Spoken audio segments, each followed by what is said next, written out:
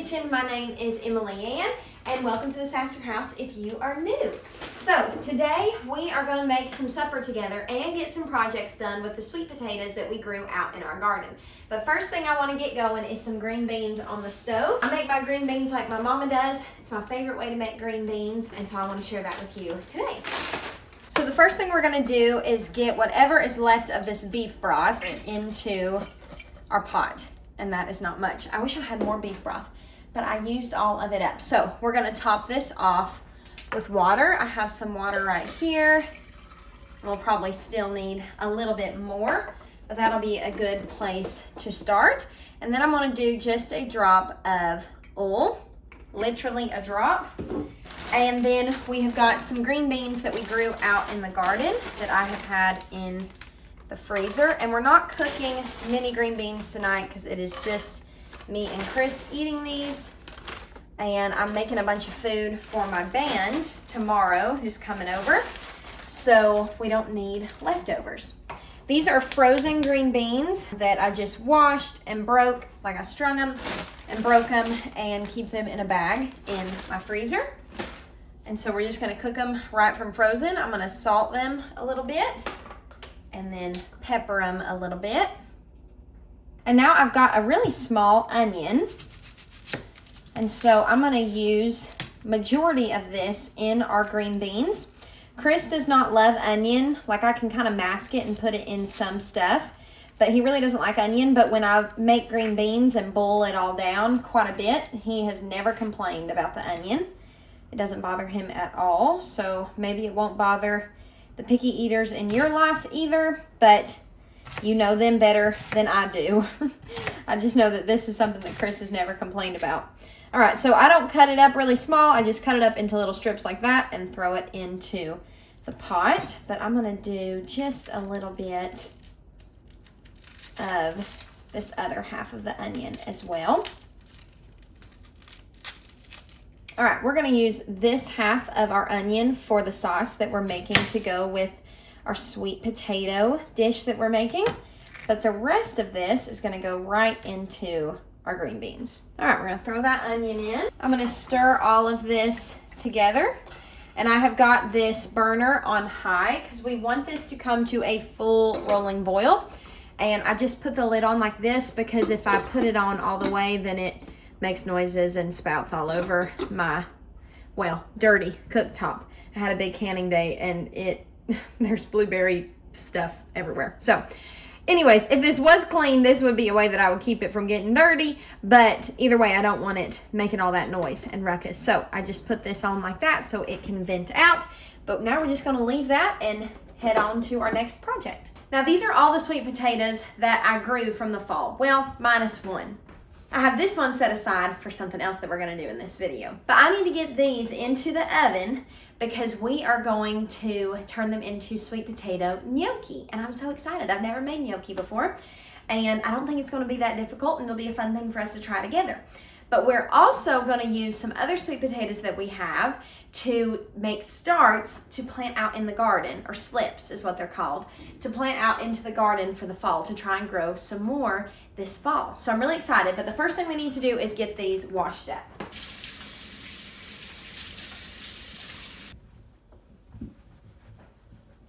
All right, so now what we're gonna do is go over each of our little sweet potatoes and just poke little holes with our fork. And this is going to allow them to like release steam as they roast in the oven, because if we didn't do this, then they could explode. And we don't want an exploding potato on our hands. I don't have time to clean my oven as it is, much less clean exploded potato out of my oven. I broke that one. Hopefully that's okay. We'll throw it in there with it anyways. Now this was my first year trying to grow potatoes. We grew sweet potatoes from slips that we got at the co-op, and then we grew regular potatoes from seed potatoes that we got at the co-op. Our regular potatoes were a total fail, 100% fail, which really stinks. I'm not really sure what I did wrong, but I think I left them in the ground too long and they rotted because we had some rain. And something that I did not heed this year when I was gardening was like my plant dates to my harvest dates. So basically, like when you plant seeds in the ground, it'll say, you know, 75 to 90 days until harvest or whatever.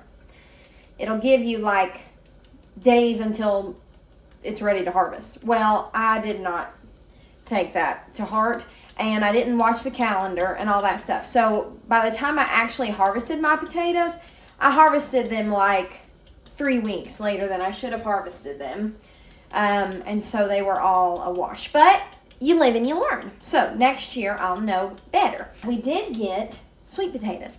Now we didn't get big, massive, beautiful ones, but we got enough to make a yummy meal of sweet potato gnocchi. And I'm going to use one of the potatoes that we grew to try and start sweet potato slips so that we can grow more sweet potatoes next year. Well, this year and next year. That is what we are doing. And I would love any tips if y'all are potato growers. We live in Zone 7B in Middle Tennessee, and that's our little growing region. But I would love any tips if you, I just about stabbed myself with that fork. If you are a potato grower and you know any tips and tricks for growing potatoes, because I would love to grow more potatoes. Me and Chris love eating them, and so I think that would be wonderful to grow more of next year. But I want to learn and do it better so that we have a better product to use and work with. Now I'm so excited to try this method of roasting and then peeling our sweet potatoes. Usually when I have made sweet potato anything in the past, I stand here and slice and peel sweet potatoes. And you know how hard sweet potatoes are. If you've ever cooked with them, they are tough. And so sometimes you are doing everything you can do to peel and cut through them. I mean, they can just be almost solid as a rock. So with this method, what we are supposed to be able to do is poke these holes in them, get them into our oven to roast, and then for full-size potatoes, it says 40 to 50 minutes, but none of these are full-size sweet potatoes. So I think that we'll probably be able to get them out in probably 30 minutes, but we just poke our little holes in them and throw them into the oven on a baking sheet to roast, and then let them cool, and the skin is supposed to just slide right off, which is really nice because for some of these that are itty bitty, that would have been a pain to have to stand here and peel. All right, I've got our oven preheated to 425, and I'm getting some parchment paper down. Clean that up on my baking sheet. So now we're just going to put all of our potatoes right here on our baking sheet.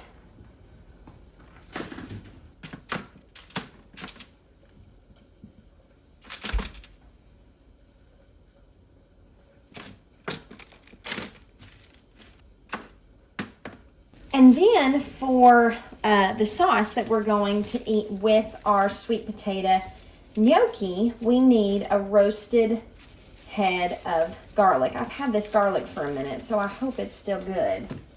I think it is. So all it says to do is cut the top off of it.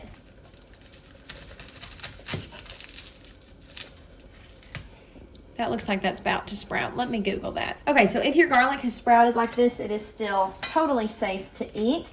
It just might have a slightly different flavor. I've had this garlic for probably way too long.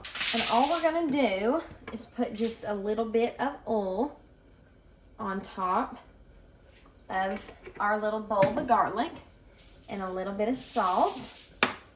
And we're just gonna wrap this up.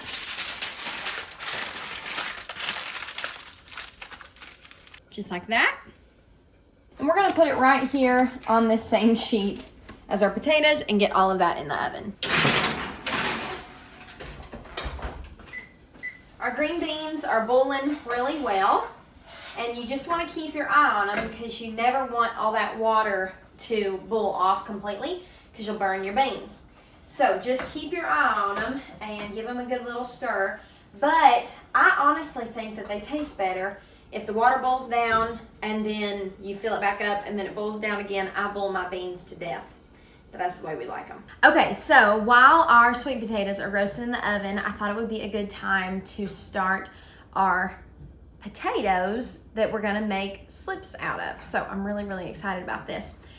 So I've got my 3 potatoes. I have got one just plain Jane potato, sweet potato from the grocery store. I just picked this up at Publix. It's just a normal old sweet potato. This one is an organic sweet potato. And so that's what makes this one a little bit different. And this one is one that we grew from a slip that we got at our local co-op. And so I thought it would be fun to use one of those to make more plants.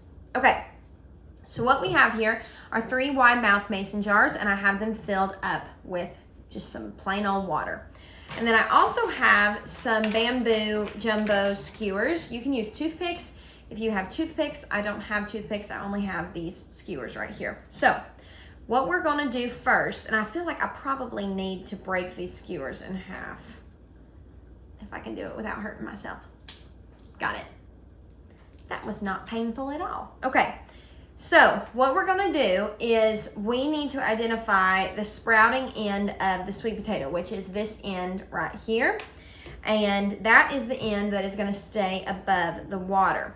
So we're going to drive these little skewers into our sweet potato. They probably could still be a lot smaller, but that's okay. Well, is that one too big all the way around? I didn't think about that. Well, that one might not work. I don't think I have a jar with a bigger mouth. These are just my wide mouth mason jars. So I have to figure that out. It would work if this end could go in, but I think this right here is the sprouting end. So this is one of the potatoes that we grew in our garden this season. So it feels good to know that we bought those, and now potentially we're not gonna have to buy them anymore. We can just keep doing this. Okay, so that one was a lot easier. We're just going to put that down into the water, and I'll probably have to fill that up with even more water to make sure that it's covered enough, because you want half of that potato in the water and half of it sprouting out. That is really goofy looking, but that's what we are doing. Now for the regular potato.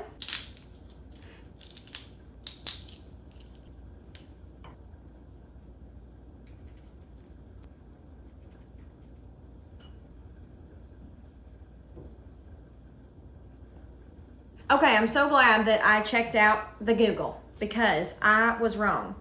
The end that you want down is the skinny side. This side up top is actually where the roots grow, and you want that in the water, which is perfect for this one because, well, we'll have to put more water in there. But it's perfect for this one because it'll actually fit in our jar. So I am flipping these around. I'm drying them off real good. And flipping these around so that they're in there correctly. Basically, when you're looking at your sweet potato, if you want to do this for yourself, this little tapered off end is where the roots grow out of. This end up here is where the little slips will grow out of. So you want that tapered off end in the water. So I need to fill up these jars just a little bit more with water. But now these are in the water, and what we can do, we have some options here. We can put these on the windowsill and they'll take a couple weeks to sprout, or we could put them on our heat mat and kind of speed up the process a little bit. So I think that's what we are going to do, because I want to get these in the ground before too long. So we still have our heat mats and our grow lights and stuff like that that we use to start our seeds earlier on in the season. And I think I'm gonna find a spot somewhere to put that heat mat out so that we can maybe speed along the process of starting these potato slips.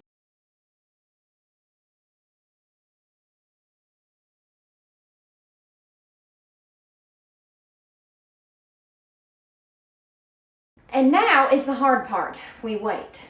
We're just gonna let these do their thing, and it could take up to a month until they start to sprout. But I'll be sure to keep you in the loop whenever they do start to sprout, and we'll make another video and update you on it. But basically, these will start to grow roots out the bottom, and then they will start putting off slips, which will look like green plants on the top. Well, after they get a decent size, they grow to be pretty big, we'll be able to cut those slips and put them in a new jar of water. Then those individual little slips will start to form roots. And then once they have a good bit of roots, we will put them into the dirt so that they can grow sweet potatoes. So I'm really excited about this, and it does feel like a little bit of a science experiment. I don't love the thought of this being up here for a month. So we'll see if we want to leave them up here or put them on a heat mat and under some like artificial lights. But for now, this is their home. I'm just gonna grab these itty bitty ones that are super soft and done. And the ones that still have some firmness to them, I'll just put right back into the oven. But at least these will be cooling off. All right, I'm gonna put the rest of those back in. Just didn't want to overcook the ones that seemed done. All right, I got the rest of our sweet potatoes out, and then I got us a bowl to transfer them into after we peel them. I already peeled one and it was really hot. I shouldn't have done it, but I was just wanted to. It was one of the baby ones. And the skin peeled off literally flawlessly. So I think all I have to do, that's insane, the way that that peels off. That is so easy. I am never peeling a sweet potato again. Look at that. That just comes right off. You can just about squeeze all of the potato part right out of the skin and be done with it. That's incredible.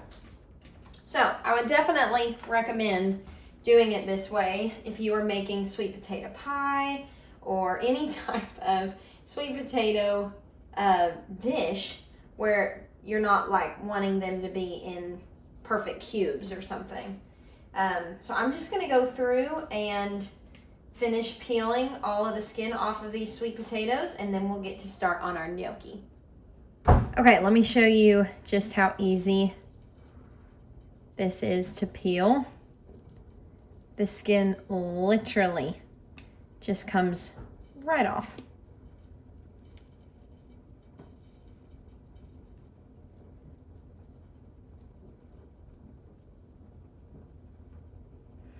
Maybe everybody knows this, and this is not groundbreaking to any of y'all, but my mama never really cooked with sweet potatoes growing up. She never made sweet potato pie or sweet potato casserole.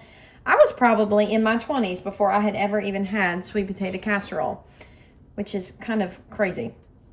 But we always just kind of were creatures of habit, and we ate what mama made, and that was not something that was in her normal rotation.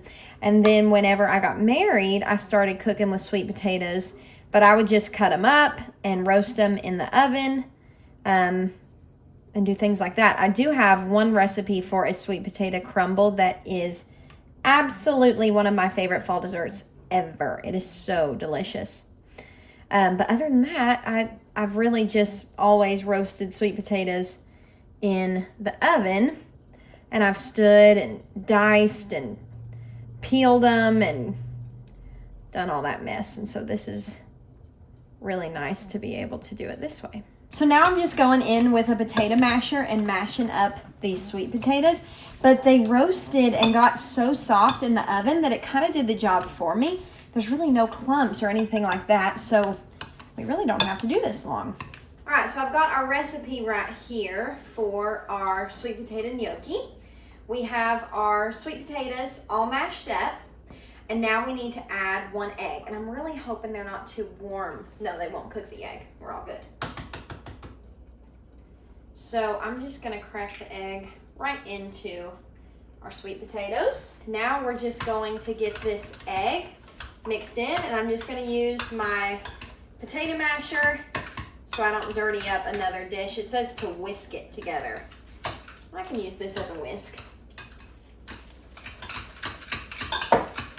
That is absolutely amazing how smooth and creamy that gets just from that one little egg. I cannot wait to eat these gnocchis. I can't believe I waited this long to make gnocchi. I love it, but I've just never thought about making it. So, okay, so we have got our egg in there, and now we need to add in flour and salt. But before I do that, I want to show you how smooth and beautiful this sweet potato mash is with that egg in there. It is so smooth and creamy and just yummy and buttery.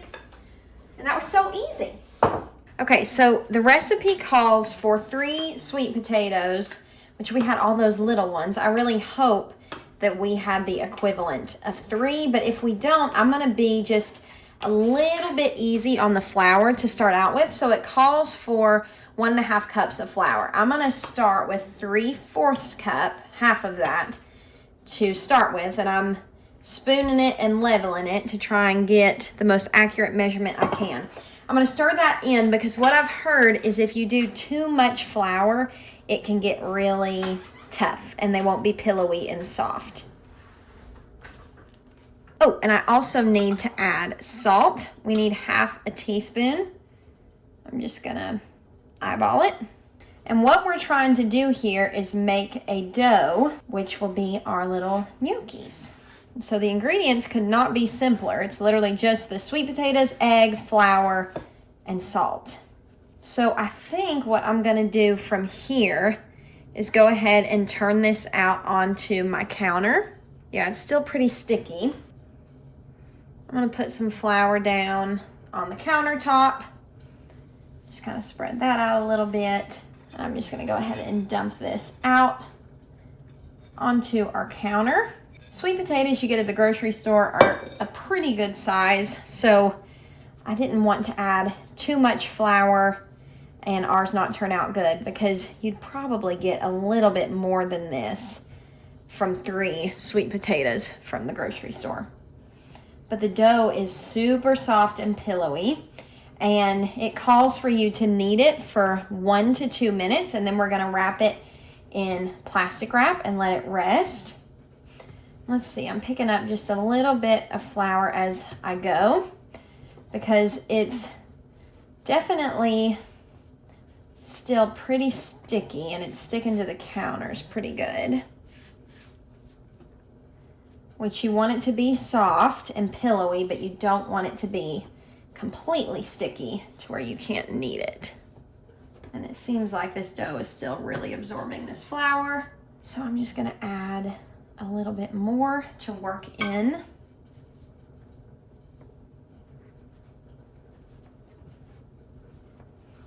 Okay, that feels a little bit better.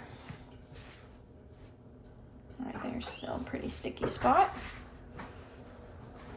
Okay, I think we could afford a little bit more. So at this point, we've probably added 1 1/4 cup of flour. But the recipe also calls for another 1/3 cup of flour just for the kneading process. This recipe is definitely relative because sweet potatoes aren't all the same size. So that's all gonna depend on the size of your sweet potatoes, how much flour you need.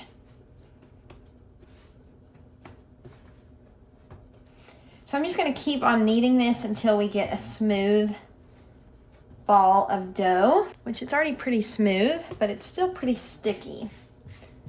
But it's still nice and soft.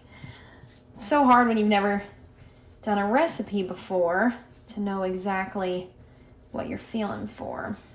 Okay, so we have our gnocchi all kneaded, and I'm so excited. I love trying new things and making new things in the kitchen because it helps you know that you can do stuff that you never thought you'd do. I always bought it at the store, and now I want to experiment with even just regular gnocchi and not just the sweet potato gnocchi. But I've got this. See, look, it's still really pillowy. You can see my fingerprints all through it, but it's not tacky anymore to where it's sticking to my hands.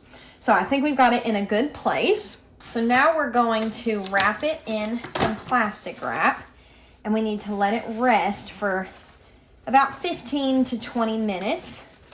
And I'm sure that this just helps it, the gluten in the flours that we developed by sitting here and kneading it for so long, it helps those rest and relax, which will help us roll out our gnocchi and form it into our little gnocchis. And I think that this is gonna make so much that we're gonna be able to freeze some of it for later use. We definitely won't eat all this tonight. Now while that is sitting, I'm gonna take my little bench scraper and scrape all of this dough that was on the counters off the counters. I'm gonna get the kitchen somewhat cleaned up, and then we'll start on our sauce.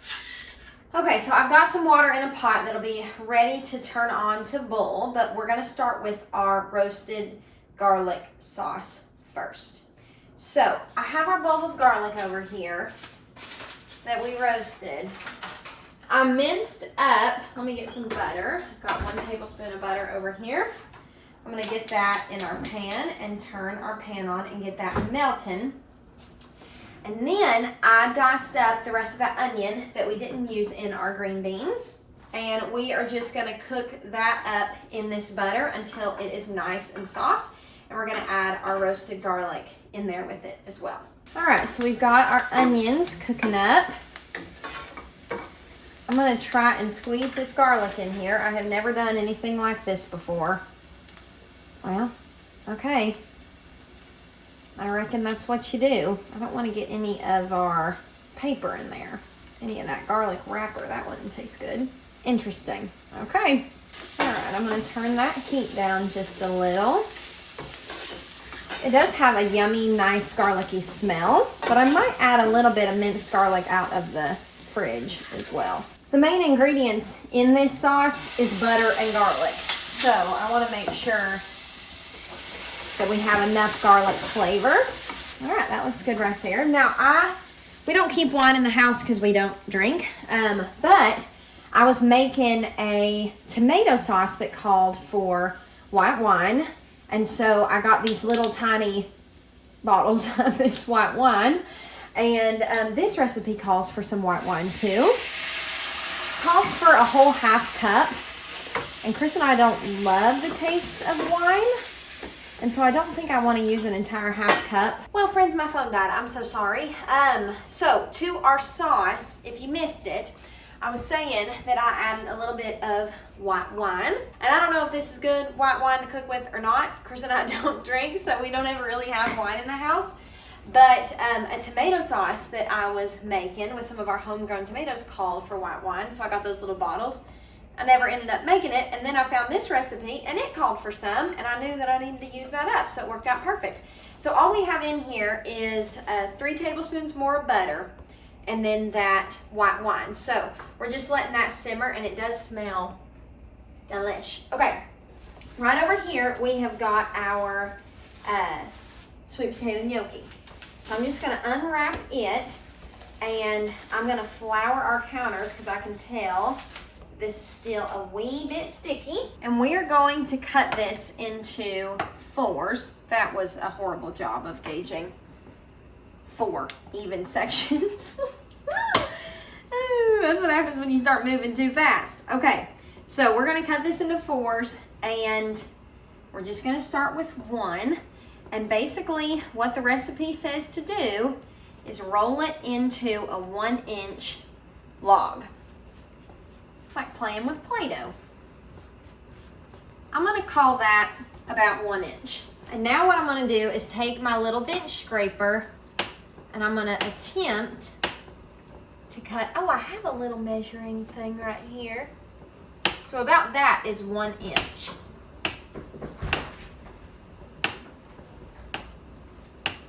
Okay, so we have our first little batch done. Trying to think of how many Chris and I will eat tonight. I mean, gosh, that's probably plenty for 1 serving. But I've made enough sauce for probably 2. And it looks like we'll have these 2 to freeze. And I'm so excited. It's like a little meal prep and making supper all in one. I love being able to do that. So I'm just gonna do the same thing. Just kind of rolling this out. I feel like they look a little big compared to the ones at the store, but I can't really tell. All right, there we go.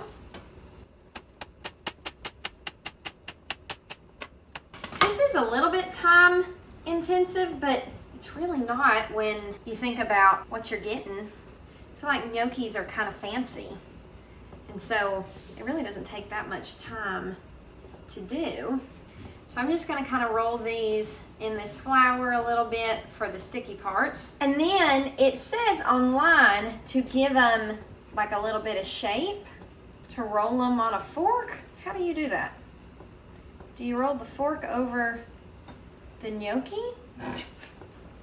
Like that? I don't know. Ours might just be a little rustic.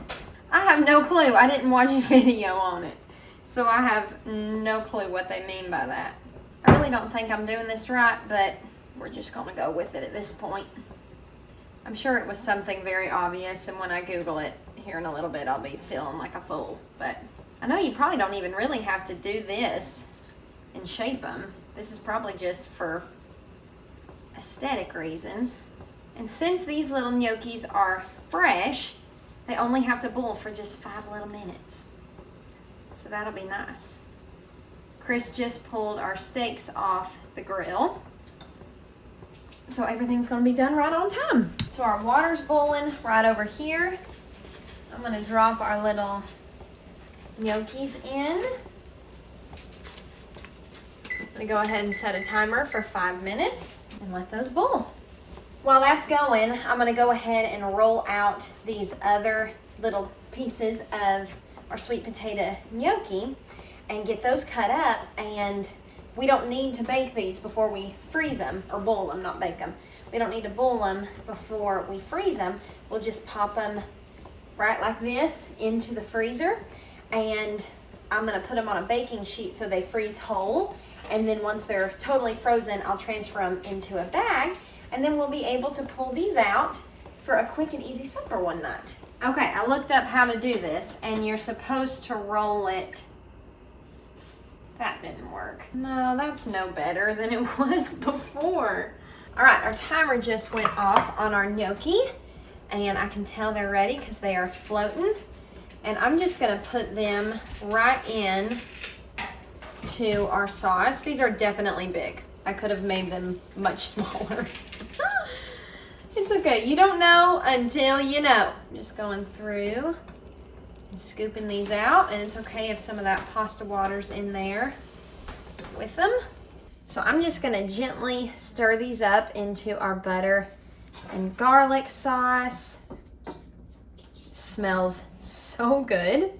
And now we just need to season this a little bit. So we're gonna season this up with just a little bit of oregano. And then I have the heat turned off, but I have just some freshly grated Parmesan cheese. And we'll just use the residual heat from the pan and those gnocchis to melt that in and just make a yummy, creamy sauce. This smells so good. Chris is cutting up our steak behind me, and I'm just gonna somewhat roll these and get them onto a baking sheet so that I can go ahead and get them in the freezer. I'm gonna have to figure out how to shape them because I want them to look nice. So far, this fork thing ain't working out for me. I had no clue how much this would make. If you were having like a dinner party and you had maybe 4 or 6 people over, I would definitely cook all of it from this one recipe.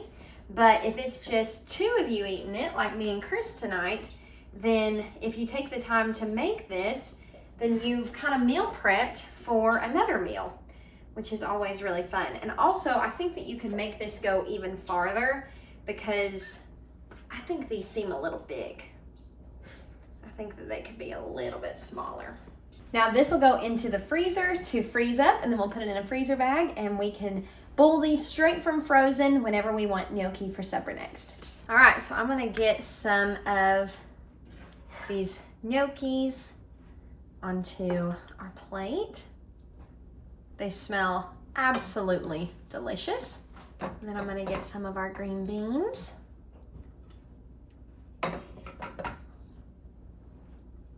And then Chris grilled up some steak for us.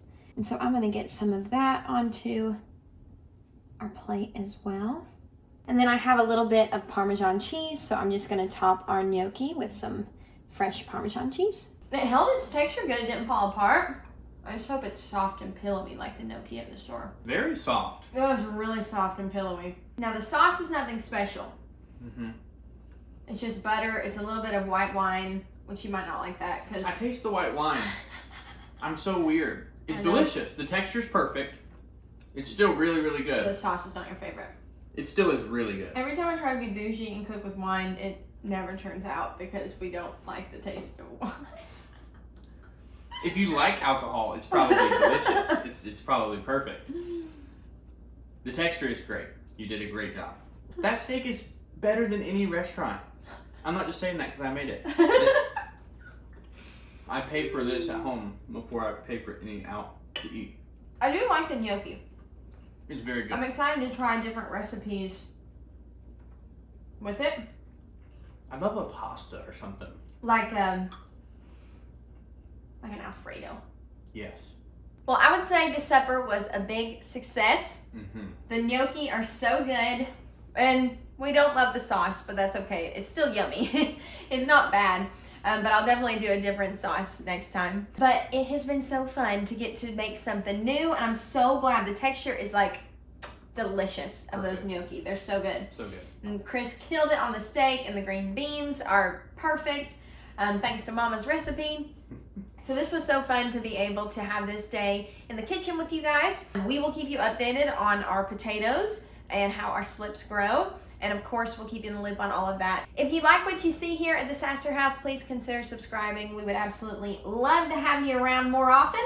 But for now, we are gonna finish up our supper and we will see you guys on the next one.